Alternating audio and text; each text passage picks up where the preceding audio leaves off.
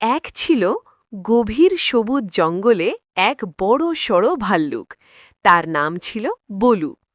বলু ছিল শক্তিশালী, কিন্তু সে ছিল খুব শান্ত স্বভাবের। জঙ্গলের অন্য প্রাণীরা তাকে একটু ভয় পেত, কারণ তার গর্জন ছিল খুব জোরে। একদিন জঙ্গলে ভয়ঙ্কর খরা পড়ল। নদী শুকিয়ে গেল, গাছের পাতা ঝরে পড়ল। সব প্রাণী পানির খোঁজে কষ্ট পেতে লাগল। তখন বলু ভাবল, শুধু নিজের কথা ভাবলে হবে না, সবাইকে বাঁচাতে হবে। বলু জঙ্গলের গভীরে হাঁটতে হাঁটতে একটি পুরনো পাথরের নিচে সামান্য পানির শব্দ শুনতে পেল। সে তার শক্ত থাবা দিয়ে মাটি খুঁড়তে শুরু করল। অনেক পরিশ্রমের পর সেখানে একটি ছোট্ট ঝর্ণা বের হয়ে এলো। সব প্রাণী আনন্দে চিৎকার করে উঠল। তারা বুঝল, বলু শুধু শক্তিশালী নয়, সে দয়ালুও বটে।